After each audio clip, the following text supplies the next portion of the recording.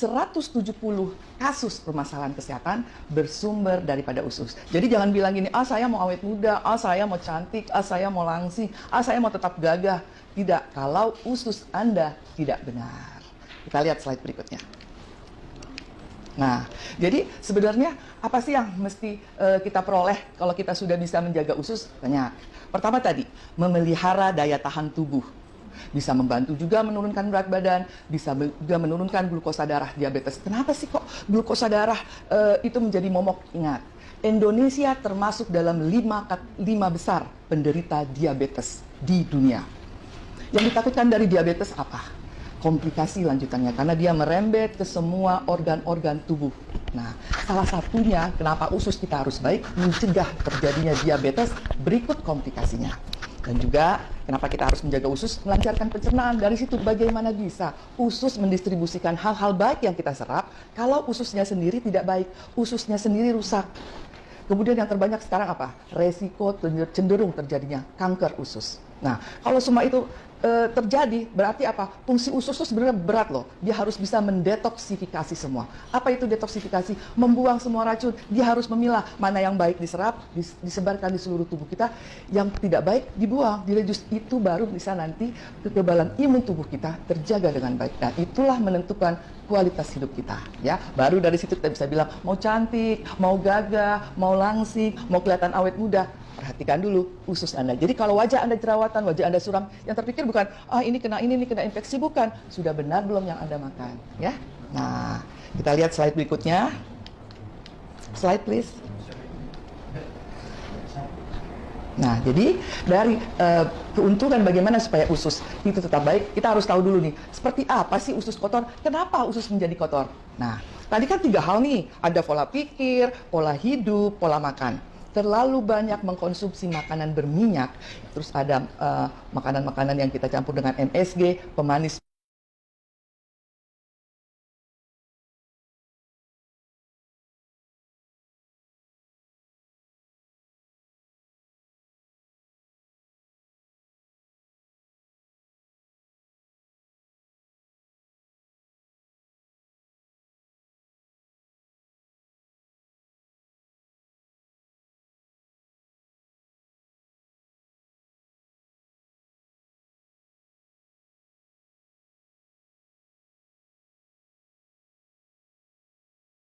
Detik 4.000 sel Anda mati. Bayangkan.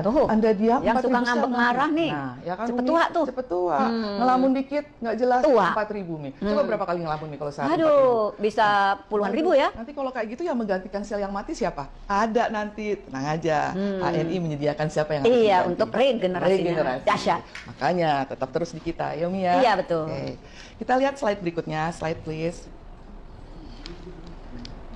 Ya.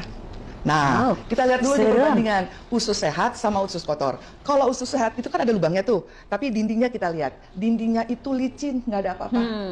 Kenapa sih dok dindingnya mesti licin? Supaya apa yang kita asup, yang kita makan, yang menyerap itu dinding.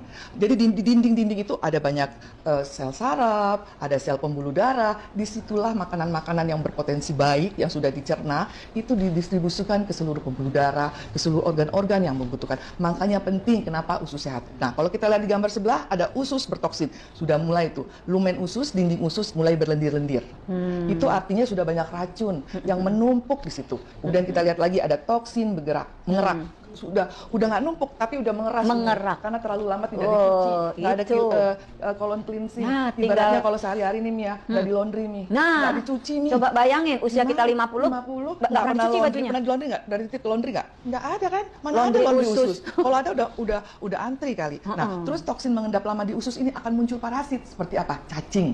Jadi jangan anggap remeh. Jangan pikir wah karena kotor aja terus cacing masuk, salah. Jadi kalau udah dia berlendir nih, mengerak, terus kan itu berpotensi tumbuh parasit dari apa? Dari bakteri. Karena tidak semua makanan yang kita makan itu kita tahu bahwa ini steril, belum tentu. Iya. Nah, disitulah tiba-tiba nggak sengaja ketelan telur cacing, Umi. Kita kan nggak lihat, mata kita nggak mata mikroskop loh, mata kita di mata biasa. Nah, bagaimana kita bisa memfilter? Nah, cacing itu, kalau sudah situ tebal, cacing udah enak. Akhirnya kita berkembang biaknya cacing dok. Yang untung siapa? Cacing. Nah, makanya kenapa penting usus itu dindingnya harus sehat. Gimana caranya nih? Mesti dikorek? Enggak, tergantung asupan yang kita supply. selesai. Artinya begini, kalau kita meminum suatu suplemen kesehatan, kita harus cermat, kita harus cerdas. Mana yang bisa digunakan untuk usus sebagai target untuk menyebabkan usus itu melakukan cleansing, untuk menyebabkan usus itu melakukan seperti mesin cuci terhadap dirinya sendiri. Itu yang penting dilihat dari apa? Komponen yang berada, yang terkandung di dalam suplemennya sendiri. Nah, kita lihat nih ya slide berikutnya. Ciri-ciri usus kotor apa? Gampang. Lihat sembelit. Kalau sahabat HMI udah mulai susah buang air besar, berarti ada sesuatu. Kalau udah merasa mudah sakit, oh dikit capek. Baru kerja berapa jam, udah mulai, kok kayaknya lemas. Nah, terus bau mulut juga sebagai indikator. Terus ada nyeri pada sekujur tubuh, muka kesam, berjerawat, dan mudah lelah. Itu menandakan ciri-ciri bahwa usus Anda bermasalah. Ya. Nah, ini dok, jadi mereka kan penasaran banget dengan kondisi tubuh mereka kali ini. Nah, jadi akan ada yang mau kita sampaikan nih dok ke mereka, biar ketika mereka sudah mulai merasakan apa yang tadi dokter jelaskan, tubuh saya kayak gitu. Nah, mereka sebenarnya sudah mulai ada rasa ketakutan dalam diri. Seperti apa nih kondisi seperti ini? Penasarannya kita jawab lagi, kita lanjutkan lagi, tentu setelah yang berikut ini.